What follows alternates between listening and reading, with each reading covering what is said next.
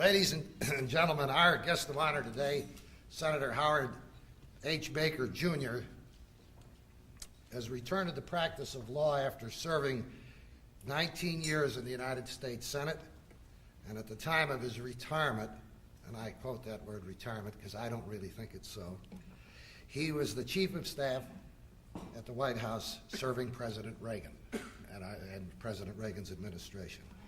Mr. Baker's Senate career included 2 terms as Minority Leader and 2 terms, as you know, as the Majority Leader of the Senate.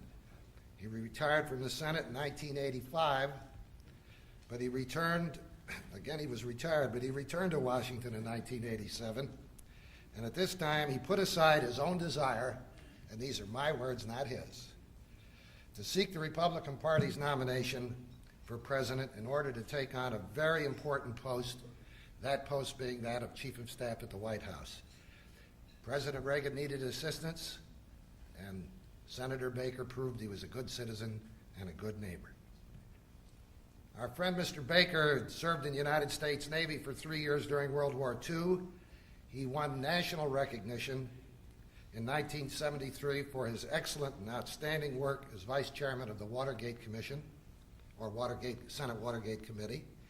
In 1966, he became the first Republican ever elected to the United States Senate from his home state of Tennessee. Both Senator Baker's mother and father served in the United States House of Representatives, and his father-in-law was the late Everett Dirksen of Illinois, who was Republican leader in the U.S. Senate from 1959 until 1969. In 1984, Senator Baker received the Presidential Medal of Freedom. In 1982, he was recipient of the Jefferson Award for the greatest public service performed as an appointed or elected official that year. We in the Truman Foundation feel that the Senator's friendliness, openness, honesty, and willingness to serve his country when called upon are in the best of the Truman tradition. I would like now to read the text of the Good Neighbor Award. And I will impose on you, ladies and gentlemen, as I'm going to impose upon our guest of honor. I have 3 or 4 other presentations to make, and I will do them all at one time if you don't mind, Senator, and you won't have to jump up and down.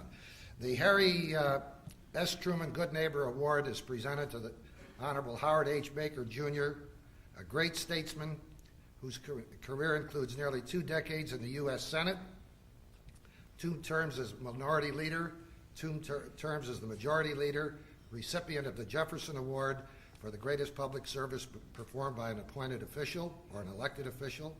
He has served as the White House Chief of Staff and is always ready to be a good neighbor. This award is given the 8th day of May, 1984, signed by the Harry S. Truman Good Neighbor Award Foundation, Henry J. Talch, founder, William Chigotas, president, and I also signed it as president of the foundation. So just now, bear with me. Some nice fella sent you some candy, Senator, for the plane. Now, if you'll just sit down a minute, I got some more work to do.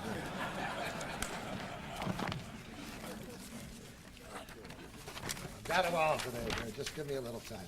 This is a great pleasure because I've never had a chance to do this. I got a fax this morning from the White House. See that right there? I'm going to change my fax machine. I'm going to put the picture of this hotel on the front. We have to have a few laughs here, Senator. We got a little too serious sometimes. This is the White House, Washington, D.C., May 5, 1989. I will tell you, Senator, that the letter was sent last week, and courtesy of the U.S. mail, it's someplace. We don't know where. But we did get a fax of it this morning. Dear Howard, Barbara and I were delighted to learn that you were being given the Harry S. Truman Good Neighbor Award, and we simply wanted to add our congratulations to the many coming your way. You certainly deserve this great honor. As a small boy growing up in the heart of the volunteer state, I'm sure you had no idea that you would one day be elected to stand in the heat in some of the toughest kitchens in America, but stand it you did. As the Senate Majority Leader and as the White House Chief of Staff, you always showed a cool hand. It is fitting that you receive an award named for President Truman, a man known for making tough decisions, for his common sense and for his sense of humor and his sense of loyalty. Like him, you provided your constituents and colleagues with strong and effective leadership. You have been a great neighbor to all who have been blessed to have known you, and it is with much pride that we share in the celebration of this special day in your honor. Barbara joins me in sending best wishes to you and joy for every future happiness. God bless you. President, signed by the President of the United States. I will see that you get a copy of that when we get it. I have another letter for you, Senator, and it's from Ronald Reagan, dated May 3, 1989. Dear Howard, it gives me great pleasure to send warm wishes and congratulations to you as being honored with the Harry S. Truman Good Neighbor Award. For 18 years, you served the people of Tennessee and this great nation with dedication and distinction in the United States Senate. And as Chief of Staff, you brought with you to the White House the wisdom and experience of a great mediator and conciliator, and that have earned you the respect of all Americans. I am proud to have had you on my team, Howard, and I'm proud to be part of this richly deserved tribute. Nancy joins me in sending warmest personal regards. Sincerely, Ron. I've got more.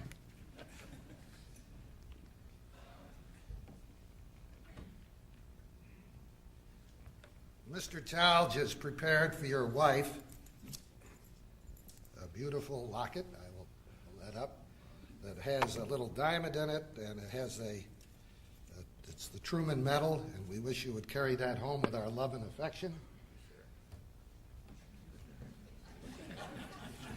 I'm really doing this today. I have a medal for your mother, Senator, that wish you would take it home for Mother's Day. And last but not least, I have a little pocket medal for you, sir. And hold on there, I've got more.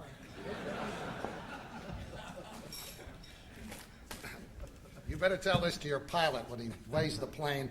That's about 78 tons, that wonderful bust of Harry Truman. But this I want to take up here so you can all see it. The Harry S. Truman Good Neighbor Award Foundation. The Good Neighbor Award is presented to Howard H. Baker, Jr., May 8, 1989, Kansas City, Missouri. And this thing I know that he will keep on his desk with many of his other plaques and awards. And now, ladies and gentlemen, I give you our distinguished guest and honoree this year, Senator Baker. Well done.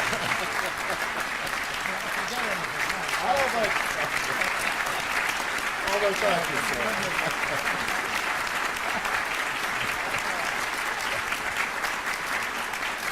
Thank you.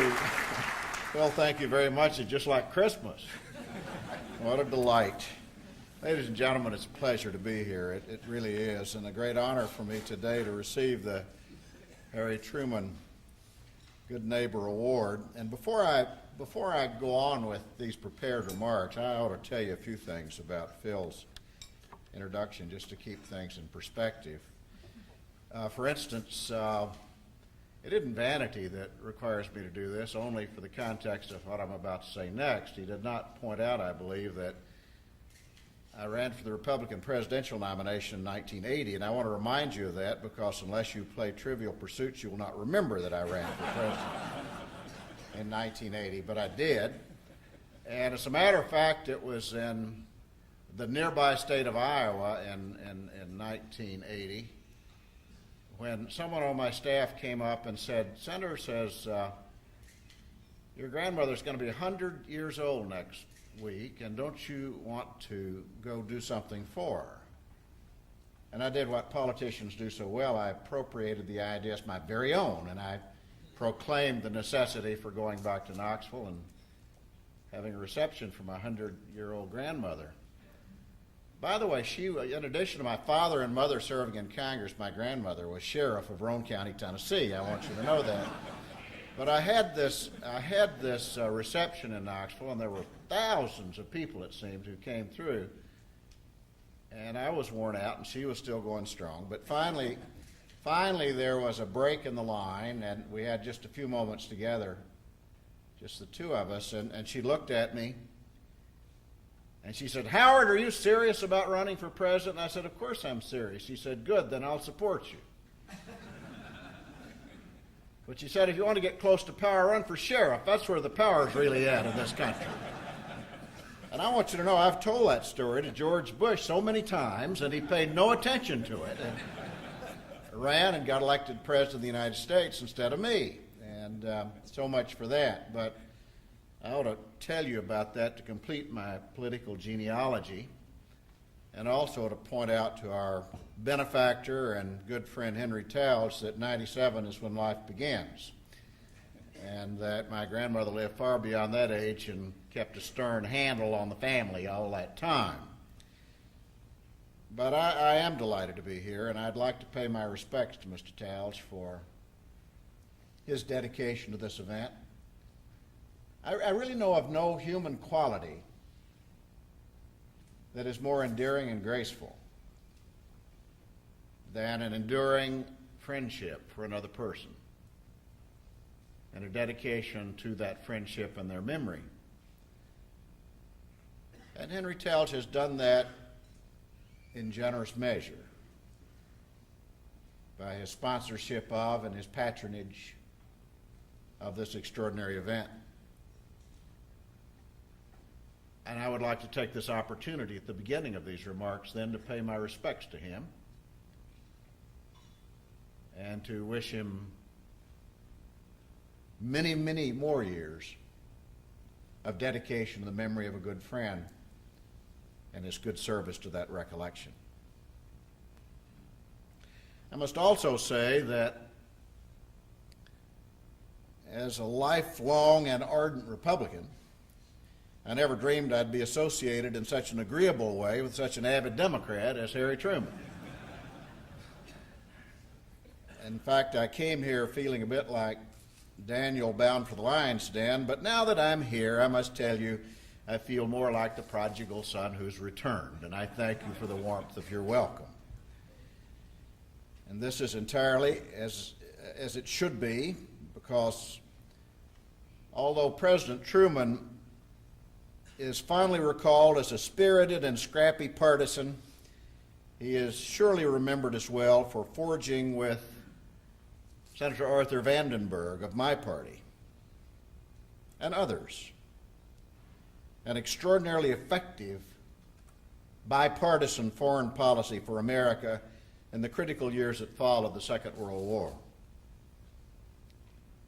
And as we look back on those years today, with considerable envy, by the way, riven as we are and have been in more recent times by Vietnam and Nicaragua and a host of other foreign policy disputes, we think most agreeably of that time with Harry Truman, when he had the judgment and the courage to approach the foreign policy issues and the fundamentally important issues of this country with an outstretched hand of friendship and invitation to bipartisan cooperation. And yet the point I would like to make with you today, and the point Harry Truman would surely make if he were here with us today, is that there are limits even then to bipartisanship, and that there have always been limits to bipartisanship in the conduct of American foreign policy, and that we should not despair when partisan differences arise, as they inevitably will.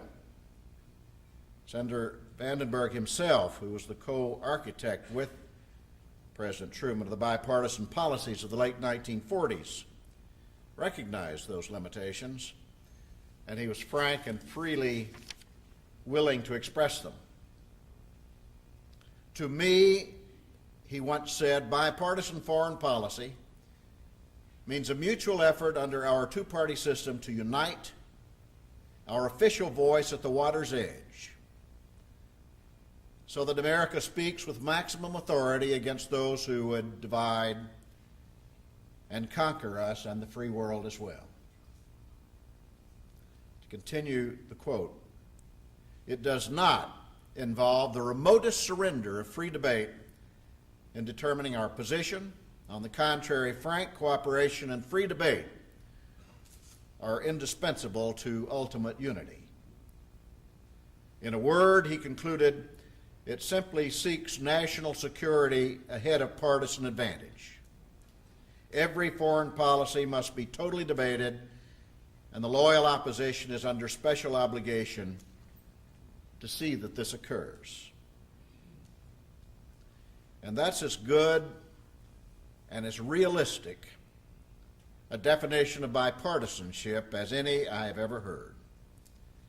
And it's well to remember that in the history of our country, bipartisanship in foreign affairs has been the exception rather than the rule. Indeed, the very rise of political parties in America can be traced in considerable part to the question of post-revolutionary foreign policy. Some newly minted Americans who had come to be called Federalists favored rapprochement with the British. Others who called themselves Republicans then would be called Democrats today, preferred closer ties with France. So much did these partisan intrigue vex President Washington that in his famous farewell address he specifically warned against the rise of parties and against, to quote President Washington, entangling alliances with Britain, France, or anybody else. And our effort to forge and fabricate a bipartisan foreign policy in the earliest hours of the foundation of the Republic went steadily downhill from that point. When war was declared against Britain in 1812, every Federalist in Congress voted against it. Incidentally, it was during that war that the term hawk first came into political use, and among the first congressional hawks were Henry Clay, who was then 34, and John C. Calhoun, who was then 29 years old. In 1845, we declared war against Mexico. But by 1847, a young congressman named Abraham Lincoln was complaining that the war with Mexico was unnecessarily and unconstitutionally commenced by my fellow Tennessean, then President James K. Polk. In our century, when President Wilson asked Congress to declare war against Germany, the vote was uncomfortably close. When he asked the Senate to ratify the treaty ending the war, the Senate refused. And when he urged America's participation in the League of Nations to prevent future wars, he was blocked by Teddy Roosevelt and the first Henry Cabot Lodge. In 1940, when President Franklin Roosevelt asked Congress for a military draft, he won that vote in the U.S. House of Representatives by a single vote. And even President Truman's great ally Vandenberg parted company with the president when the subject was changed from Europe to Asia. And my friends, when I arrived in Washington in January of 1967, the days of Harry Truman and Arthur Vandenberg were long gone. By this time, politics not only didn't stop at the water's edge, it had crossed the Pacific. And by the time I left the Senate, 18 years later, politics had dipped a toe into every body of water on earth. And it wasn't all partisan politics. Increasingly from the 1960s into the 1980s, institutional politics.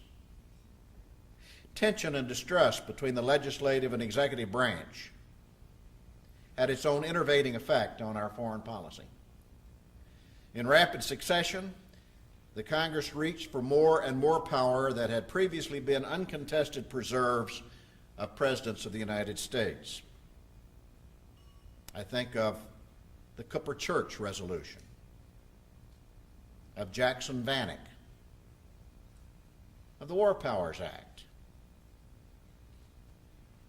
I think of Angola, the Panama Canal, SALT II, AWACS, Lebanon, South Africa, the Boland Amendments, and the Persian Gulf as incidents in which the Congress was reaching for a larger and larger share of the foreign policy responsibility of this country. But my friends, at the same time, with equal vigor, the executive branch resisted these encroachments and sought to maintain maximum flexibility. Cambodia comes to mind, and China, Camp David, Desert One, Grenada, Libya, Nicaragua, in which presidents of the United States sought to act within their own constitutional authority as they perceived it, and independent of any resolution or statute or constitutional action by the Congress of the United States. And in both of these lists, my friends, in both cases where the Congress has reached out for more power in foreign policy and where presidents have attempted to act on their own, in both of these lists there are successes and failures. But the larger point is that for a very long time, Congress and the President seem to be on different wavelengths, seeing things and saying things that couldn't be seen or heard at the opposite end of Pennsylvania Avenue.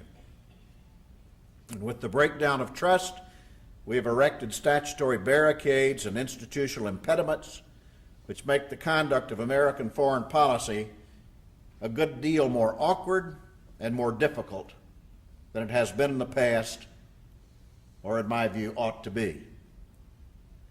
Secretaries of State and Defense now spend close to half their time briefing the proliferation of congressional oversight committees who have slivers of jurisdiction over different aspects of our foreign policy. And yet, with all that contact, all the reams of testimony, all the hours of questions and answers, there hasn't been the sense that either side is really trying to understand what the other is trying to say. My friends, I think we have to do better than that. We have to work out better practical arrangements, more realistic institutional roles, and not the least of these considerations, better personal relationships between presidents and the Congress, if we ever hope to act both decisively and in unity in foreign policy matters as a great democratic power must act in this nuclear age. And my friends, I think that's possible. I think the agreement which President Bush and the leaders of Congress have reached on Central America in recent weeks is evidence of that possibility. I think following a few simple rules of common sense, the kind Harry Truman would have thought of and approved of, would go a long way toward resolving some of the institutional and political problems which seem so complicated today. I believe, for example, that it's only common sense that before a president undertakes any kind of military campaign, he should take the leadership of Congress into his confidence and solicit their views. In the case of a surgical strike, as in Libya, the element of surprise must be protected and the number of people who know the secret must be limited, and I believe most people in Congress understand that. In the case of sustained engagement, as in the Persian Gulf, the mission simply cannot succeed unless it has broad political and public support, which consultation and communication alone can win. And I think most presidents understand that. The question in each case is exactly who should be consulted. And my friends, I can tell you from personal experience that it is the tendency of congressmen in such situations to prefer a lot of company. And I can tell you from personal experience that it is the tendency of presidents to prefer as few political generals as possible. I believe a reasonable compromise would involve automatic, timely presidential consultation with the Speaker and Minority Leader of the House and the Majority and Minority Leader of the Senate. Depending on the nature of the enterprise, other members of Congress could be involved by mutual agreement of the President and that congressional leadership. I also believe that if Congress feels strongly enough that an American military mission abroad should come to an end, I believe, my friends, that in that case Congress should have the political courage to stand up and say so. I believe, along with Presidents Nixon, Ford, Carter, Reagan, and Bush, that the congressional veto prescribed by the War Powers Resolution, the no-vote veto, is patently unconstitutional and is not an appropriate means of forcing the withdrawal of American troops from engagement abroad. The Constitution grants to Congress the power of the purse. It is the ultimate power in our system of government. If Congress wants to end America's involvement in a foreign land, it may simply cut off funds for that involvement, and that will do it. Congress did cut off funds from our forces in Vietnam. Whether you agree or disagree with that congressional decision, the fact remains that when Congress cut off funds in April of 1975, that the last helicopter left the roof of the Saigon Embassy in April of 1975. And that's all Congress has to do. But, my friends, it is the least that Congress should do. To abort a mission abroad simply because the Congress cannot muster the courage to say yes or no is to abdicate the responsibility of a great power. I believe, therefore, that the War Powers Act is inappropriate to our times and in that respect should be repealed. But really more important than any reform of these institutional arrangements, I believe, is the restoration of trust and comity in the personal relationships between the President and members of Congress as co-partners in the governance of this nation. For 10 years, my father-in-law, Senator Everett Dirksen from Illinois, served as Republican leader of the United States Senate. And for the first 2 years of his tenure in that office, his counterpart on the Democratic side was Senator Lyndon Johnson of Texas. And I believe I'm betraying no great confidence when I say that from time to time, especially at the end of a long and tedious legislative day, that Senator Dirksen and Senator Johnson would join each other in a libation of some sort and discuss the issues and personalities of the day as only a couple of unrepentant politicians can do. Now, my friends, there was magic in those meetings. And they continued long after Lyndon Johnson became President of the United States. And those meetings didn't save our country, the sorrow of Vietnam, but they helped win the battle for civil rights. And they didn't solve every problem in Lyndon Johnson's or Everett Dirksen's inbox, but they solved their share. There was a bond of fundamental trust and personal goodwill about those meetings and about those men. And it was a bond that transcended partisan and institutional rivalries. And it was well understood that if a national crisis should someday arise, that the Democratic President of the United States and the Republican leader of the United States Senate could and would counsel together frankly and would deal effectively with the issue at hand. My friends, I fear for that kind of relationship. I see it too infrequently in today's tumultuous time. And I think our system of government is poorer for it. For too many years, our country and the wider world suffered for a lack of national consensus on the great issues of foreign policy. In recent years, with a few notable exceptions, we've done better. And the world has done better. There's a lesson in that experience, and I hope we've learned it. America is a big, boisterous, cantankerous country that seldom agrees with itself on anything.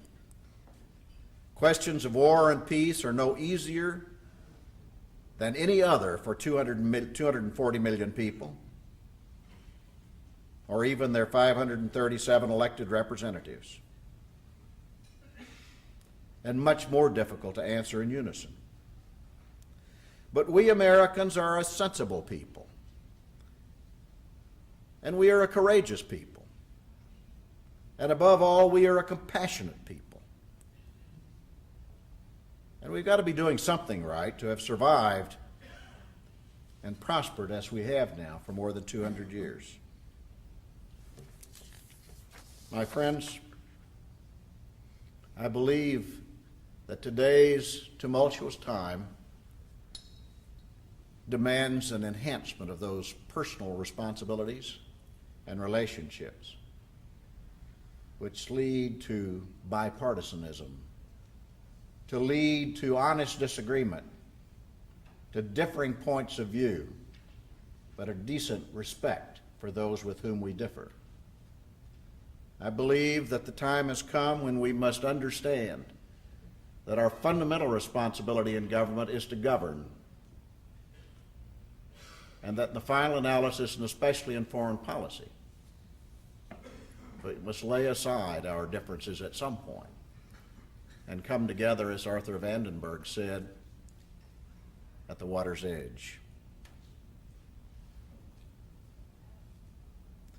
I believe that our success in these first 2 centuries of our existence is a tribute to the American people most of all, but to the Congress of the United States, with all of its faults, and to the succession of presidents of the United States who have served this nation, and to the system of courts which has regulated those relationships. I'm proud to have served for almost 20 years in one capacity or the other in the government of this country, and to have been involved in the governance of this nation. I am extraordinarily proud of the traditions of citizen participation in this great democracy.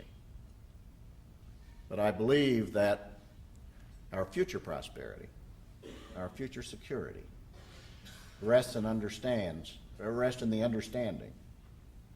that there is a requirement that we work together. I hope our new president and our new Congress will do that. And I think on vitally important issues they surely will, as most often they have in the past. And they will quarrel, and we will disagree, and we will grow petulant and angry at each other and other things. But we'll keep in mind, my friends, that democracy isn't a pretty sight. It isn't the most efficient thing in the world. But whenever we begin to despair of this cumbersome, contentious process of ours, we will do well to recall a few heartfelt words of a plain-spoken man. Hitler learned that efficiency without justice is a vain thing. Democracy does not work that way. Democracy is a matter of faith in the soul of man. Faith is much more than efficiency. Faith gives value to all things. Without faith, the people perish. Thus spoke Harry Truman. May we always keep his faith, and may I thank you again for honoring me in his name. Thank you very much.